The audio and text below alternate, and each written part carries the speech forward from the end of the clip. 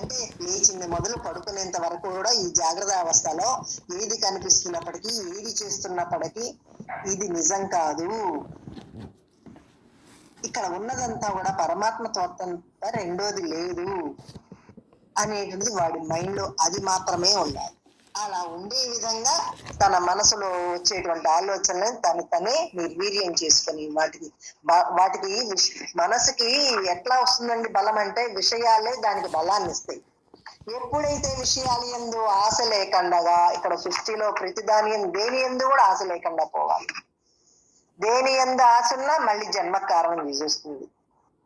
ఎందుకంటే ఆ కోరికే కదా కొంప ముంచుతుంది. దేనికంటే ఆ ఆలోచన వచ్చిందనుకో, ఆ కోరిక కలిగిందనుకో, అది తీర్చుకోవడానికి వీడు ఎంతో ప్రయత్నం చేయాలి. ఆ ప్రయత్నంలో లాభ నష్టాలు ఉంటాయి. ఈర్ష్యాసులు పనిచేస్తాయి, కామక్రోధాదులు పనిచేస్తాయి. అవి తీరితే మోహం కలుగుతుంది, తీరకపోతే క్రోధం కలుగుతుంది. అసలు కోరికే లేదు, కోరికే లేకుండా ఉంటే, అసలు కోరికే లేకుండా ఉండా అంటే ఈ జగత్తే ఇది మిథ్యరా, ఇది నిజం కాదు, 4 రోజుల నాటకమే ఇది. ఆ 4 రోజుల నాటకంలో అది కూడా నీతి ప్రకారం, ఈశ్వర నీతి ప్రకారం ఎలా జరగాలనుందో అలా జరుగుతుందే గాని మనం అనుకున్నట్టు జరగదు అనేటువంటి నమ్మకం, ఆ రకమైన మైండ్ గా ఉన్నాడు అనుకో, వీడి కోరికే కలగదు, ఆశ కలగదు. ఆశ కలగకపోతే గనక ఇంకా అనర్థమే లేదు. అక్కడ ఆశ కలిగితే అది అనర్థానికి జన్మ కారణం చేస్తుంది అనమాట. ఇలాగా వాడి మైండ్ ని వాడు అలా విచారణ చేసుకుంటూ నిరంతరం ఆ బుద్ధిలో నమ్మకం లేకుండా బ్రహ్మలో ఏంటి విశ్వాసం గాని ఆ బ్రహ్మీ స్థితిలో ఉండాలి. అదే సమాస్థితిలో ఉండడం అంతే. ప్రపంచంలో ఉన్నటువంటి అనేక నామరూపాల్లో జ్ఞానులు ఉన్నారు, అజ్ఞానులు ఉన్నారు, మహాత్ములు ఉన్నారు, మహర్షులు ఉన్నారు, పెద్దలు ఉన్నారు. అందరి బుద్ధులు ఏకబుద్ధి అయినప్పుడు మనం విచారించుకోవటానికి వీలవుతుంది. అందరి బుద్ధి విభాగించిన జ్ఞానంలో ఉంది. మనలో వాళ్ళు ఋషులు, వీళ్ళు జ్ఞానులు, అది అజ్ఞానం, ఇది సంసారం, వాళ్ళు ఋషులు, ఇది బంధుత్వం. ఇలా విభాగించిన జ్ఞానం నిన్ను జీవుణ్ణి చేస్తుంది. నీవు పరమాత్మగా ఉన్నప్పటికీ ఇది విషయ వాసన కింద లాగేసి ఒక నిర్ధారణకు వచ్చేస్తుంది మైండ్. వాడంతేలేండి, వాడుత్త వెధవ, వాడి కర్మ అంతేలే అంటే వాడిని అక్కడ పెట్టి మనం జ్ఞానులం ఎలా అయ్యాం? వాణ్ణి మనలో కలుపుకోనంతసేపు ఇది మాయ. ఈ మాయంతా కూడా కలుపుకోనంతసేపు మాయ పోదు. ఏకమాయ చేసి దాన్ని లేకుండా చేయాలి. అప్పుడు బంధుత్వంగా ఉన్న ముందు జగత్తుని తీసేయాలి. పిల్లల్ని, జగత్తుని, నగలని, సామాన్లని, ఇది లేదు అది లేదు అని అన్ని తీసేసి, మనుషుల్ని తీసేసి ఏది కాదో అది ఉండాలి. అప్పటిదాకా మాయ పోదు. ఇది మాయని చెప్పడం కూడా పొరపాటి.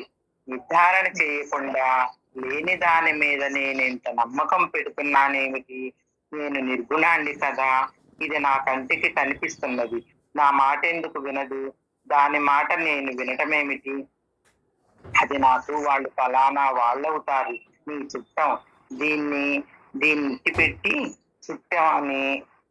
అట్టిపెట్టి చుట్టమని చెబుతోంది. వాళ్ళు నీ చుట్టమని చెప్పినప్పుడు వాళ్ళు ఉండటమే కాకుండా వాళ్ళు ఉన్నప్పుడు ఉంటుంది. అప్పుడు వాళ్ళు ఉన్నారు. చుట్టం దాంతో ఏమవుతుంది? 3 ఉన్నాయి.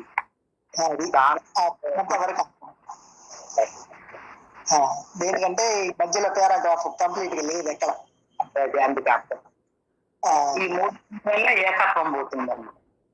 అంటే అప్పుడు ప్రపంచం వేరైపోయింది, తను వేరైపోయాడు, ఆ చెప్పేటువంటి ఆ మనోబుద్ధులు వేరైపోయింది. అంటే ఏమో ఇంకా జగత్తు, మనం చెప్తాం కదా, జగత్తు, జీవుడు, శరీరం.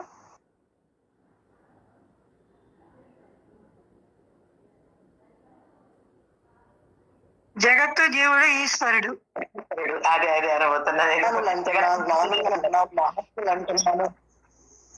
మహాత్ములు అంటున్నాం, ఎన్ని రకాలుగా చెప్తున్నప్పటికీ అందరిలో ఆ శక్తి పనిచేయడానికి పరమాత్మ శక్తి ఆధారం కదా.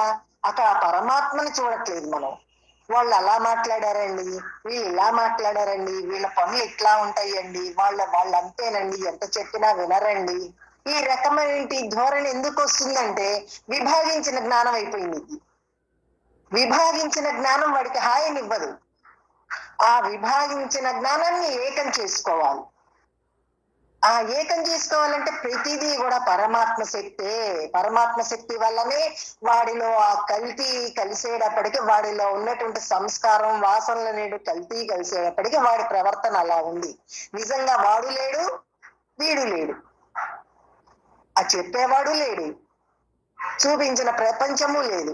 ఇక్కడ ఏముందంటే ఉన్నదంతా ఒకటే జ్ఞానము, అదే పరమాత్మ చైతన్యము. ఇక్కడ అందుకే ఏక బుద్ధి కావాలి, ఏక జ్ఞానం ఏకంగా ఉండాలి. మహర్షులు చెప్పినప్పటికీ, మనకి ఎంతో మహాత్ములు చెప్పినప్పటికీ అందరూ దేని గురించి చెప్తున్నారు?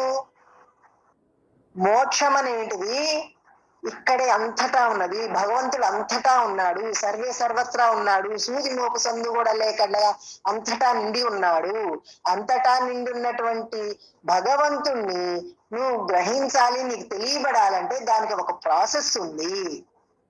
ఆ ప్రాసెసే మనకి శాస్త్రంగా, ఉపనిషత్తులుగా, అష్టాంగ యోగాలుగా, అనేక విధాలుగా మనకి చెప్పారుగా.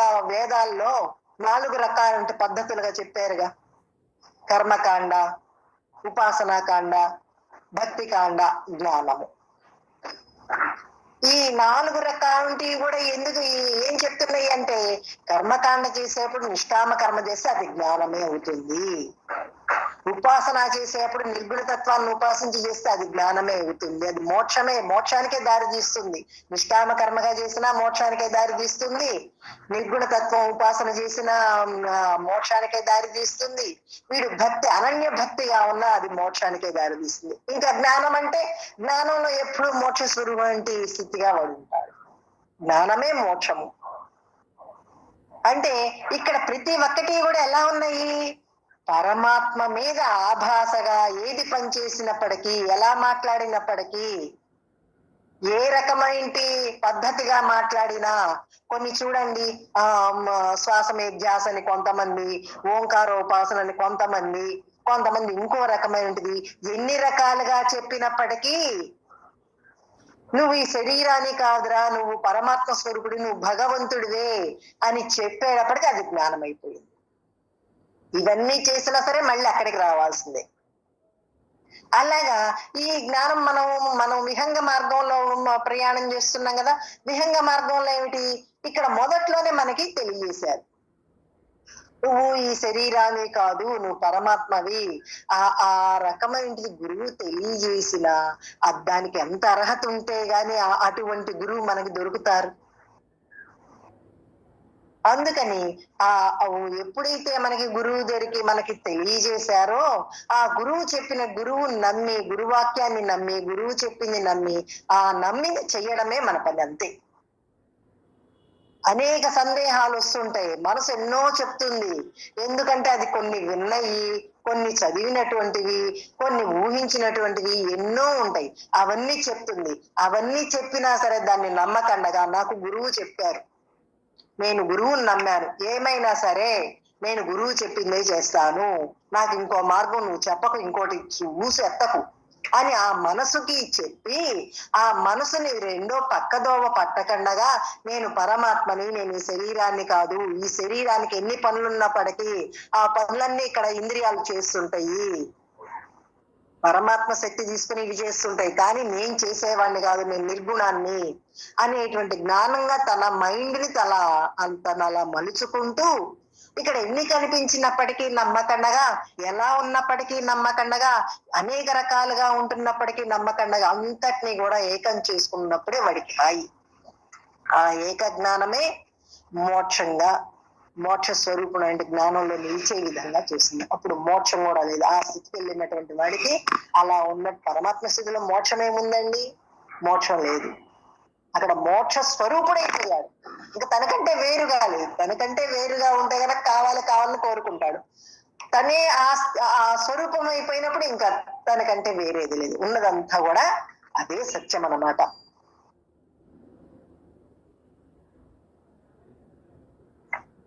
దాంతో ఏకత్వం చెందలేకపోతున్నారు.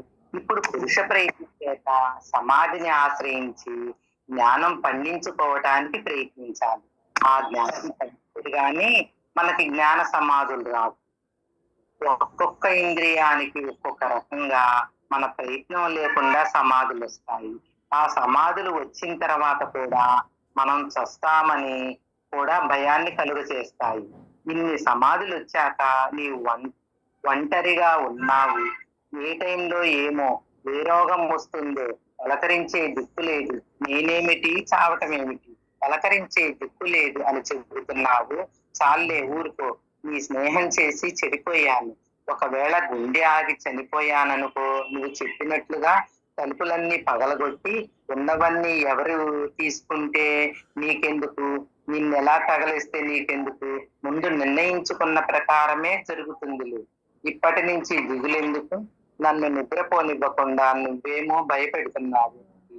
నీ దారిని నువ్వు కొడుకు, నా దారిని నా దారిని నేను ఉంటా అని చెప్పి, నీకు శరీరం ఉంది కనుక హాయిగా కళ్ళు మూసుకొని కొడుకు.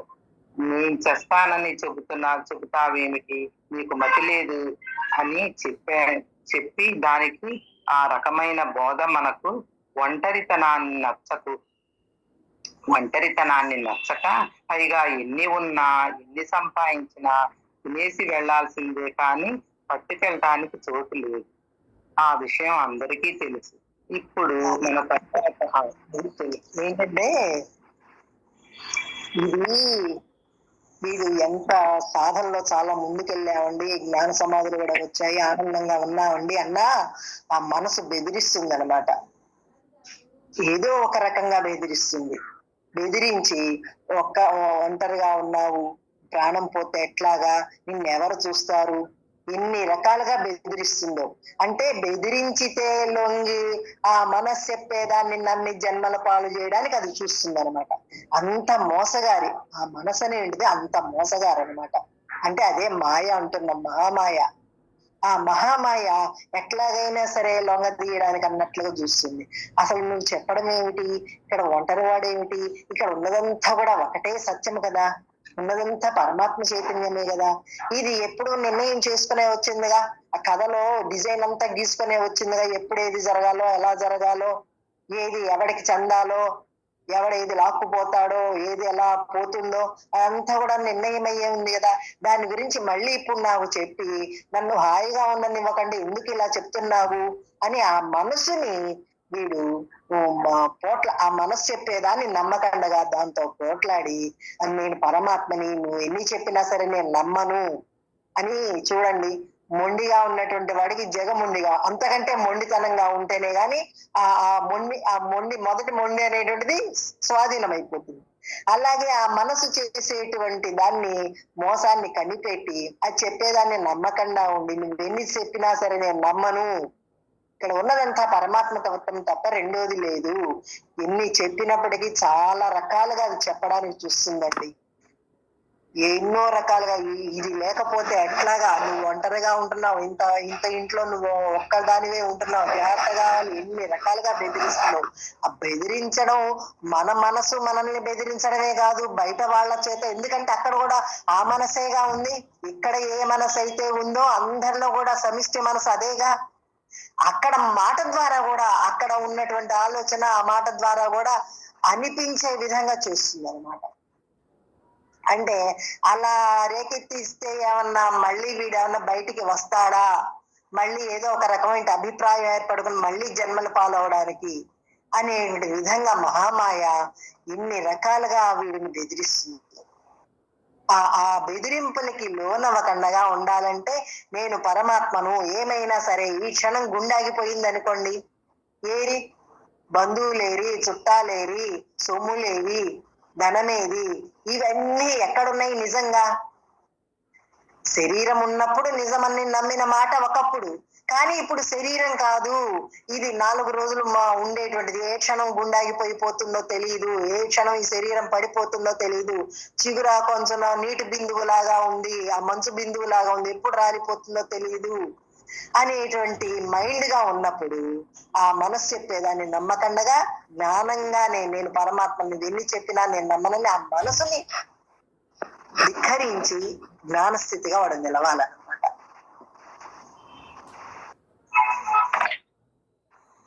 ఆ విషయం అందరికీ తెలుసు. ఇప్పుడు మన తర్వాత ఎవరు తీసుకుంటే మనకెందుకు, మనమున్నాళ్ళు కాపాడుదాం, జాగ్రత్త పెడదాం. ఎవరికి బుద్ధిగా అనుభవించే యోగం ఉందో వారు అనుభవిస్తారు. ఒకవేళ శరీరం ఉందనుకున్నా దాన్నెవరు తీస్తారు, వారే తీస్తారు. అసలు శరీరం ఉందో వాడేడుస్తాడు, తీసేస్తాడు. ఇవాళ కొత్తగా మన నిర్ణయం ఏమిటి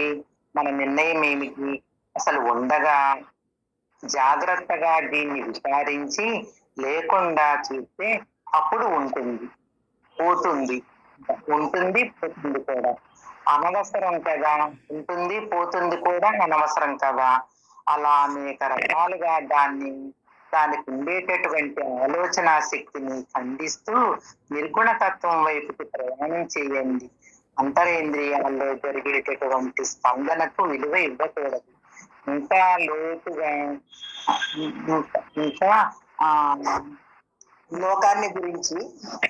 ఇంకా లోకాన్ని గురించి చెబితే అక్కడ వాళ్ళు అజ్ఞానులు ఉన్నారని నమ్మి లోపలికి వచ్చేటటువంటి విశ్వాసం ఎప్పుడు పోతుందో వాళ్ళ గురించి చెబితే ఇది నమ్మటం లేదు.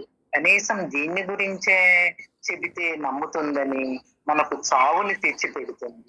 చావంటే భయం కాదా, బ్రతికుండగానే ఉంటుంది కానీ చావాలని ఉండదు కదా. అవన్నీ చూపెట్టి చావుని కూడా చేస్తుంది. ఇదేమిటి నే చావటమేమిటి, కామన ఎక్కడన్నా చస్తుందా, చచ్చినట్టుగా కనిపిస్తుంది. ఇది నిజం కాదు కదా, నేను చావటమేమిటి, కలొచ్చి నేను చావటమేమిటి అని బాగా చచ్చిపోయిన వాళ్ళను అక్కడక్కడ దించి తీసుకుపోతూ ఉంటారు చూడండి. ఇది అలా తన్ని వెంటాడుతోంది. ఇది అలా తన్ని వెంటాడుతుంది. ఇది ఎంతో పురుష ప్రయత్నం చేత ఎంతో బలీయంగా ఉన్నటువంటి పరిస్థితి. బుద్ధి నిత్య నిరంతరం సమాధిలో ఉండటం చేత విషయాలు బలహీనమయ్యి అప్పుడు అవి మాట్లాడటానికి శక్తిని కోల్పోతాయి. విచారణ కందుతుంది, వాణ్ణి తొందరగా కనుక్కోగలుగుతాం. అవి బలంగా ఉన్నట్లయితే ఇటు విచారిస్తూ ఉంటే అటు పోతున్నట్టుగా ఇంకొక రకమైన విచారణ తెచ్చి మనల్ని అల్లకల్లోలం చేస్తాయి. వాటికి పరిమితమైన ఆహారం పెట్టాలి. ఆహార వ్యవహారాలన్నీ పరిమితం చేయాలి. అప్పుడు అవి మనకు లొంగిపోతాయి. ఎప్పుడైతే ఆహారం తగ్గించాడో అవి బలహీనం అవుతాయి. వాళ్లకు మనసుకు విషయాలు అందించదు. శరీరానికి ఆహారం పరిమితిగా పెడతాడు, మనసుకు విషయాలను అందించాడు. అప్పుడు అది అంటే అసలుకి ఎంత నిగూఢంగా లోపల చూడండి ఎంత జరుగుతుందో. ఇది అందరికీ జరుగుతుందిగా, కాకపోతే దృష్టి అటు పక్కకి లేకపోయేటప్పటికీ వీడికి దాని గురించి వివరణ తెలియట్లేదు.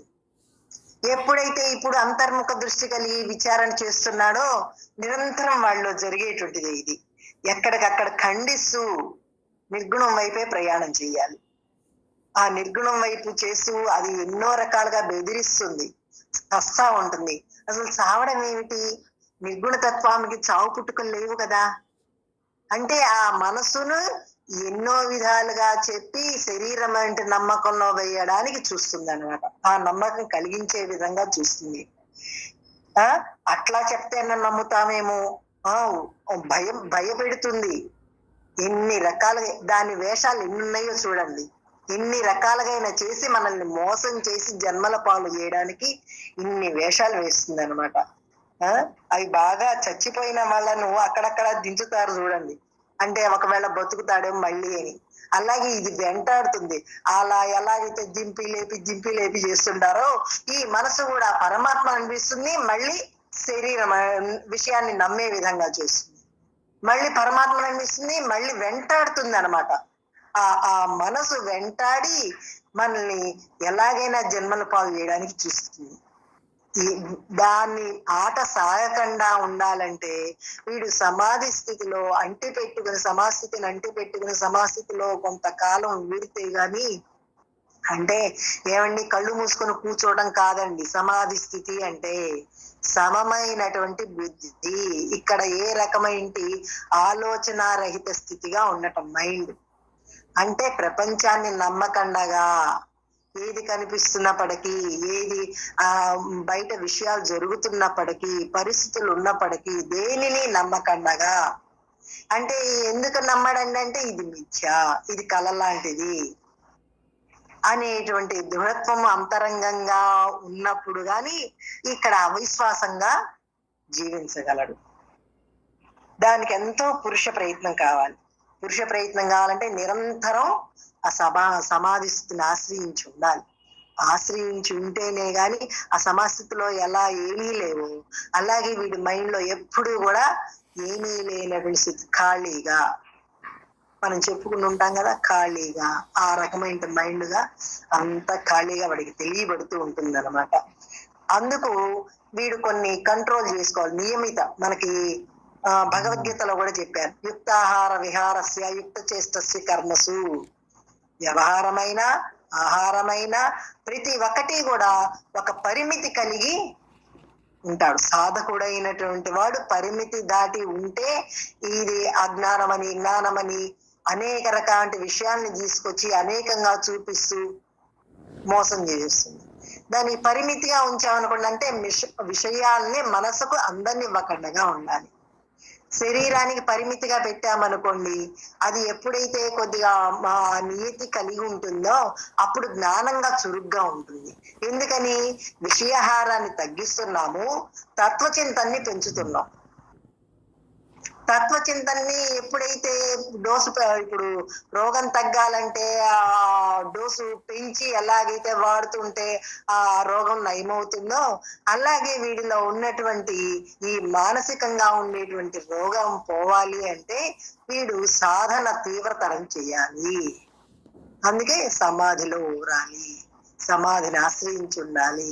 నిరంతరం వాడి మైండ్ అలా ఉంటే గాని ఇవన్నీ క్షీణిస్తాయి అనమాట, తగ్గుముఖం పడతాయి. ఆలోచనలు గాని, విషయాలు గాని, సృష్టి గురించి గాని, సృష్టి మీద ఉన్నటువంటి నమ్మకం గాని తగ్గుముఖం పడుతుంది.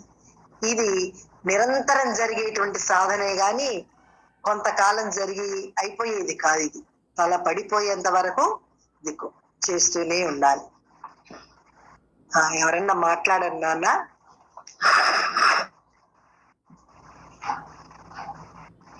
రాధ గారు మాట్లాడండి.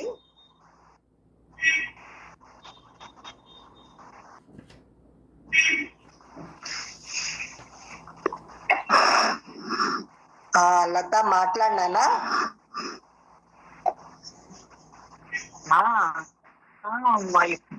అమ్మ చెబుతున్నది వింటుంటేనమ్మా, బీజావస్థలోనే ఆ విషయాన్ని తీసేసి అట్లా పరమాత్మ స్థితిలోనే ఉండగలగాలంటే ఎంతో దృఢంగా సాధన చేస్తే తప్పే, చెయ్యటం కూడా కాదు, ఎప్పుడు అదే స్థితిలో కొన్నాళ్ళు ఊరితేనే కానీ మనసు చెప్పే మాయలకి లొంగకుండా అది ఎలా చేసినా గాని తీసేసుకొని నేను పరమాత్మని ఇవన్నీ చెబుతావేంటి అని దానికి ఎదురు తిరిగి చెప్పగలుగుతామంటే సాధన బాగా చేయాలని బాగా అర్థమవుతుందమ్మా. అసలు చేసే సాధన ఇది సరిపోదు, ఇంకా ఇంకా పెంచుకోవాలి. ఎప్పుడు ఇంకా మనసు చెప్పేదాన్ని కనిపెడుతూ దాన్ని అరిగడుతూనే ఉండాలి అని బాగా అర్థమవుతుందమ్మా. అవును, దేనికంటే ఆ మనసు చాలా టక్కరదమ్మా, చాలా మోసగారి. అది పరమాత్మ ఏంటి ధ్యాసలో ఉన్నట్టుగానే ఉంటుంది, అంతలోకి జారిపోతుంది. అంత ఆ నీరు గనక పల్లానికి ఎలాగైతే చిన్నగా వెళ్ళిపోతాయో ఈ మనసు కూడా అందుకే ఏకాగ్రత ఏకాగ్రత ఏకాగ్రత, సమాధిని ఆశ్రయించి ఉండాలి అనేది అందుకనమాట. సమాధిని ఆశ్రయించి ఉండాలనుకోండి, ఆ పరమాత్మ ఏంటి దాని నుంచి జారడెక్క. అది జారకుండా ఉండాలంటే వాడు చాలా సాధనలో దృఢపడితేనే ఇవన్నీ తట్టుకొని నెగ్గి ఆ పరమాత్మ ఇంటి జ్ఞానంతో నిలబడినప్పుడే ఆ మనసు వెళ్ళేటువంటి వైపుకి వెళ్ళకండగా, అది చెప్పేది నమ్మకండగా ఆ సమాస్థితిలో నిరంతరం కూడా ఉండే విధంగా ఉండగలడు అనమాట. అనేకత్వంగా ఉన్న మనసుని ఏకత్వ స్థితిలోకి తీసుకురావాలి అంటే సాధన, ఈ ధ్యానము, మంత్రము ఇవన్నీ చేస్తూ విచారణ బాగా పెంచుకోవాలి. లోపలికి ఎంతసేపటికి ఆ పరమాత్మ జ్ఞానంతోటే దాన్ని తీసేసుకోగలగాలి అని చెప్పి అమ్మ చెప్తున్నారమ్మా. అదే నిజంగా ఎంత సూక్ష్మంగా ఉండి ప్రతి ఒక్క చిన్నదాన్ని కూడా వివరించి చెబుతున్నారంటే అమ్మా. అది ఏంటంటే నాన్న, ఏక బుద్ధి చేసుకోవాలి, ఏక మనసు చేసుకోవాలి, ఏక బుద్ధి చేసుకోవాలి. అట్లా అన్ని ఏకం చేసుకుంటుంటే గాని ఇక్కడ కనిపించేటువంటి తినే పదార్థాలు గాని, కట్టుకునే గాని, పెట్టుకునే గాని వాటన్నింటి మీద కూడా ఆశ లేకుండా పోతుంది వీడికి. ఆ దృష్టి ఏకం చేసుకోవాలి. ఎందుకంటే ఇవన్నీ యదృశ్యం తన్నస్యం. ఏ దృశ్యం అయితే కనిపిస్తుందో అది బంగారం కావచ్చు, పిచ్చినగ కావచ్చు, ఇసుక కావచ్చు, మట్టి కావచ్చు, ఏదైనా సరే అన్ని క్షణికమైనటివేగా, అన్ని నశించిపోయేటువంటివే కదా. ఇక్కడ అనుక్షణం కూడా కనిపించేది, వినిపించేది, తోచేది అన్ని మార్పు చెందుతూనే ఉన్నాయి కదా. అవన్నీ లేకుండా రోజు నిద్రలో లేకుండా పోతున్నాయి కదా. ఈ క్షణికమైనటువంటి వాటి కోసం ఎందుకు నా శక్తిని, నా టైంని వృధా చేసుకోవాలి, మానవ జన్మని సార్థకం చేసుకోవాలి, కానీ మానవ జన్మని ఎందుకు వృధా చేసుకోవాలని వాడిలో వాడికి ఆ ఏక బుద్ధి, ఏక మనస్సు అనేది సమిష్టి బుద్ధి. ఆ ఏక బుద్ధి అంటే అదనమాట, సమిష్టి బుద్ధి, సమిష్టి మనసు చేసుకోవాలన్నమాట. అప్పుడు చేసుకుంటున్నప్పుడు గాని ఆ తత్వమసి అనుభవానికి రాదు. ఎందుకంటే ఎదుటివాడి మాటలు వీడికి మాటలుగా వినిపిస్తున్నాయి అంటే వాడు అక్కడ తత్వమసి అనుభవంలో లేనట్లేగా. అక్కడ రూపనామాలను చూస్తున్నాడు, రూపనామాలకు ప్రాధాన్యత ఇస్తున్నాడు, వాడి మాటలకు ప్రాధాన్యత ఇస్తున్నాడు, వాడి చేష్టలకు ప్రాధాన్యత ఇస్తున్నాడు, తన్ని తాను మర్చిపోతున్నాడు. వాటికి ప్రాధాన్యత ఇచ్చాడంటే తన్ని తాను మర్చిపోతున్నాడు. అందుకని ఇప్పుడు తనకి తను ప్రాధాన్యత ఇచ్చుకోవాలి. నేను పరమాత్మని, ఉన్నదంతా పరమాత్మ తత్వమే. ఎప్పుడైతే ఏక మనసు, ఏక బుద్ధి చేసుకున్నామో ఆ అంతటా కనిపించే వారిలో కూడా పరమాత్మని చూస్తున్నామో, ఈ మనసుని ఎలాగైతే నమ్మకంగా ఉంటున్నామో ఎదుటి వాడిలో వచ్చేటువంటి ఆలోచనని, ఆ మాటనికి కూడా వీడు పట్టు ఇవ్వడనమాట. ఆ పట్టు ఇవ్వకపోతే గనక, పట్టు లేదనుకోండి దానికి అజ్ఞానం నిలవదు. అక్కడ పట్టు లేకపోతే అజ్ఞానం నిలవదు, ఆ ఆలోచనే రాదనమాట. జ్ఞానంగా దృఢంగా ఉంటాడు వాడు అప్పుడు. అందుకని నిరంతరం కొనసాగాల్సినటువంటి సాధన ఇలా ఏక బుద్ధి, ఏక మనసు చేసుకుని అంతా ఏకత్వం చేసుకోవాలి. అంతా ఏకత్వం చేసుకోవాలంటే ఇక్కడ కనిపించేటువంటి రూపనామాల ఎందు, దృష్టి ఎందు కూడా ఏ దృశ్యం తన్నస్యం. ఏ దృశ్యమైనా కనిపిస్తున్న అదంతా నశించిపోయేటువంటిదే అనేది బాగా వాడికి అర్థం అవ్వాలి. అర్థమై విచారణ చేసి, అర్థం చేసి వాటి మీద అపనమ్మకం కలిగి జీవించాలి. మనసు చెప్పేది నమ్మకుండా బుద్ధి చెబితేనే కానీ ఇవన్నీ కూడా ఇట్లా ముందుకు వెళ్ళగలుగుతాము. అంటే బుద్ధిలో బ్రహ్మనంటి విశ్వాసం, నిశ్చయాత్మక బుద్ధిగా ఉన్నాడు అనుకో, అప్పుడు బుద్ధి చెప్పినట్టుగా ఆ బుద్ధి అక్కడ చేస్తుంది అనమాట. మనసును నమ్మనివ్వదు. అప్పుడు ఏక బుద్ధి మనసును నమ్మనివ్వదు. అలాగే చేస్తాను. ఎవరమైనా అలాగే చెయ్యాలి నాన్న. ఎందుకంటే ఎవరిని చేసినా అలా చేసినప్పుడే వాడు హాయిగా ఉండగలడు, జ్ఞానంగా సమాస్థితిలో నిలవగలడు. కానీ నిరంతరం సమాస్థితిగా ఉండగలడు. కానీ మామూలు కాసేపు ఉండి కాసేపు లేనటువంటి స్థితి చాలదనమాట. అక్కడ ఇక్కడ జరిగేటువంటి ప్రతి ఒక్కటి కూడా ఏది జరుగుతున్నా ఇది నిజం కాదు. చెప్పటము అబద్ధమే, వినడము అబద్ధమే. ఆ లోపల ఆ మలినం పోవడమే సత్యం. అక్కడ ఈ ఆలోచన పోయి, ఆ భావన పోయి, భావనారహిత స్థితిగా ఉన్నటువంటి సత్యమే సత్యం. అదే పరబ్రహ్మ చైతన్యం, అదే బ్రహ్మమన్నా, జ్ఞానమన్నా ఉన్నత సత్యం అది. ఇంకెవరన్నా మాట్లాడండి.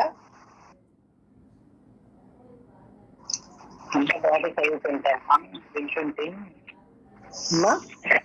అమ్మ బోధ వింటుంటే అసలు పెద్ద హాయిగా ఉంది, అర్థం అవుతుంది. కానీ వచ్చేసి మాత్రం వాటిని పట్టుకోవాలన్నా వీడు ఎంత ఏకాగ్రతగా ఉండాలి, ఏకాగ్రత ఉన్నప్పుడే మనం పట్టుకోగలము, ఎదిరించగలము, దాన్ని సాధించగలము అని బాగా అర్థమవుతుందా? అంతే కదమ్మా. ఇప్పుడు బలంగా ఉన్నప్పుడే కదా వాటిని బలహీనుల్ని జయించగలిగేది, ఎదుటి వాడిని జయించగలిగేది ఎప్పుడంటే బలంగా ఉన్నప్పుడే.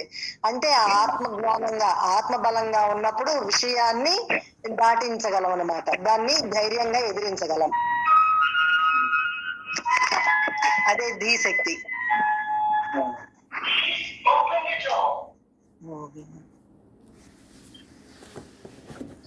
ఇంకెవరన్నా మాట్లాడతారా? సరస్వతి రాలేదు. అవునా? రాధ గారు మాట్లాడతారమ్మా?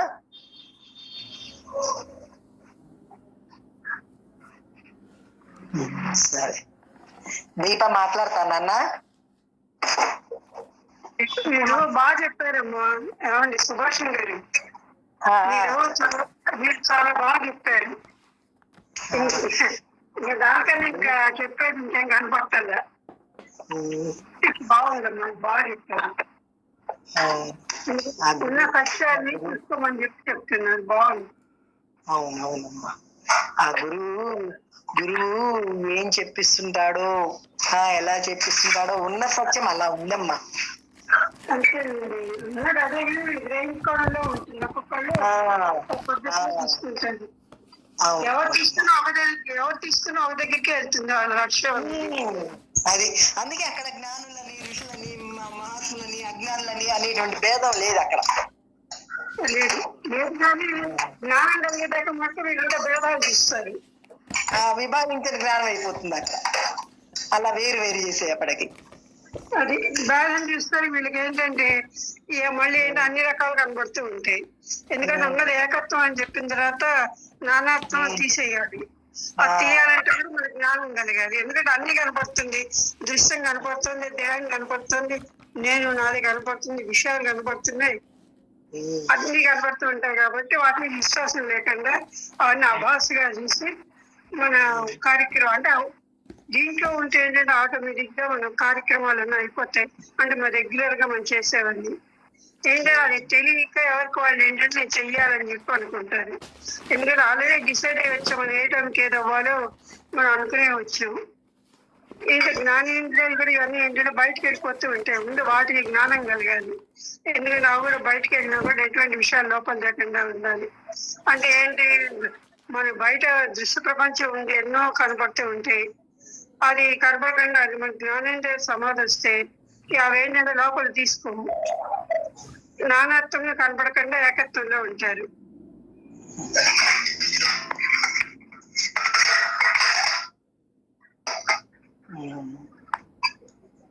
ఇంకెవరన్నా మాట్లాడతారా? దీప మాట్లాడతామ్మా?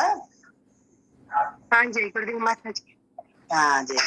నాకు బాగా ఆపకుండా చేయాలని మాత్రం బాగా అర్థమవుతుంది మాతాజీ. ఎంత చేసినా తక్కువే కదా అనిపిస్తుంది. ఇంకోటి మాతాజీ అప్పుడప్పుడు మంచి పిలుస్తుంది మాతాజీ. కొన్ని ఎంత కాదనుకున్నా ఏదో ఒకటి పట్టుకొని వస్తుంది. మరి దానికి అలవాటు అయింది కదమ్మా, అనేక జన్మల నుంచి అలా అలవాటు అయింది కదా. ఆ అలవాటు తప్పించడమేగా మనం ఇప్పుడు చేసే సాధన అంతా కూడా. అది తీసుకురావడం దానికి అలవాటు, జ్ఞానంగా దాన్ని లేకుండా చేయడం మనం అలవాటుగా చేసుకోవాలి. అలా చేయగా గాని తీసుకురావడం మానేస్తుంది అప్పుడు.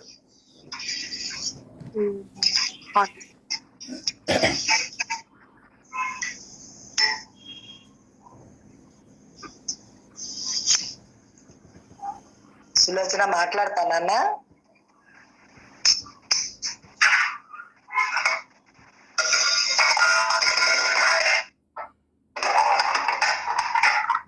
సరే, స్వస్తి చెప్పు నాన్న. ఇవాళకి 1 దాటింది టైం.